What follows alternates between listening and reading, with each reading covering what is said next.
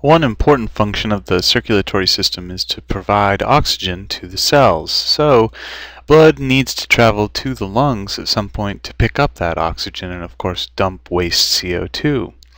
Then the blood needs to go throughout the body to provide all those cells with that oxygen. However, there's a major limitation. As blood passes over the capillary beds of the lungs, a tremendous amount of pressure is lost, and that pressure is needed to go throughout the entire body. So, as we'll see, blood returns to the heart after the lungs for a second pump. And this is called double circulation, where the blood in our body goes through two circuits. One of these circuits is through the heart onto the lungs to pick up that oxygen, and that is called the pulmonary circuit. So from the heart to the lungs and then back to the heart. The second circuit, the systemic circuit, is when the blood gets into the left side of the heart here and is then pumped out of the heart to the body. So you see the upper body and then down here to the lower body. And then it runs through the body, the entire body, dropping off that oxygen, picking up CO2, and coming back to start the pulmonary circuit once again. Okay, so the first parts of the human heart that we want to learn about are the four chambers of the heart. Now, these chambers occur on the right side of the human heart and on the left side.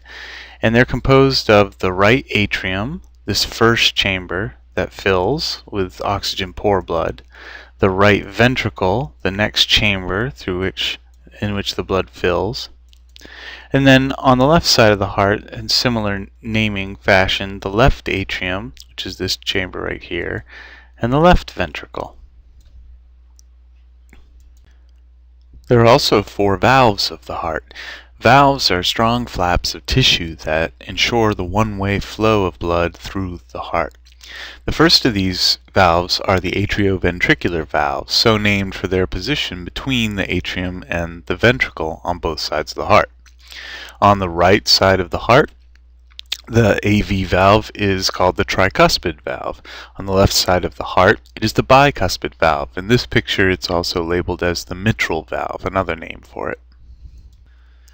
The other pair of valves in the heart are the semilunar valves. These valves control the flow of blood that leave the ventricles. Now, on the right side of the heart, the pulmonary semilunar valve is the one that controls blood flow from the right ventricle and on through the pulmonary circuit. On the left side of the heart, the aortic semilunar valve, which is a little obstructed here by the right side of the heart, which crosses over it, but right there is the aortic semilunar valve, and that controls the blood flow from the left ventricle on through to the aorta and the rest of the body.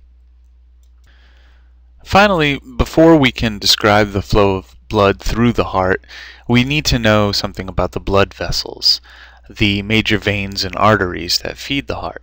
Now, the difference between a vein and artery is the direction of the blood flow through the vessel. So veins are vessels that carry blood into the heart, while arteries are those that carry blood away from the heart. So if we were to look at some of the major veins of the heart, they are the superior and the inferior vena cava. The superior vena cava drains blood from the upper body, while the inferior vena cava drains blood from the lower body. And they're entering the heart, so they are veins, as well as the pulmonary veins, the left and the right, coming from the lungs and entering the heart at that location. Now, the major arteries of the heart include the pulmonary arteries, again, the vessels going away from the heart, so they're arteries going on the pulmonary circuit, so they're the pulmonary arteries, and the aorta, the major oxygen-rich blood delivery system through the body. Okay, so let's trace the path of blood through the human heart using the structures that we've learned.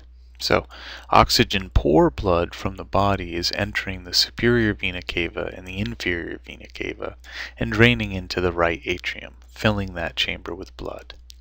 That blood then provides enough pressure to open the tricuspid valve and drains into the right ventricle. Now, the muscular walls of the right ventricle will then contract to squeeze that blood through the pulmonary semilunar valve, and then the blood that enters the pulmonary arteries will move away from the heart through the lungs and back into the heart through the pulmonary veins, both left and right. So the blood returning from the lungs through the pulmonary veins is now oxygen rich, and that blood fills the left atrium until it opens the AV valve, the bicuspid valve on the left side of the heart, filling the left ventricle with blood, until the aortic semilunar valve is opened and the left ventricle contracts, squeezing the blood through that valve onto the aorta. And the aorta, the blood will split between the upper body and the lower body, but continue on through the systemic circuit.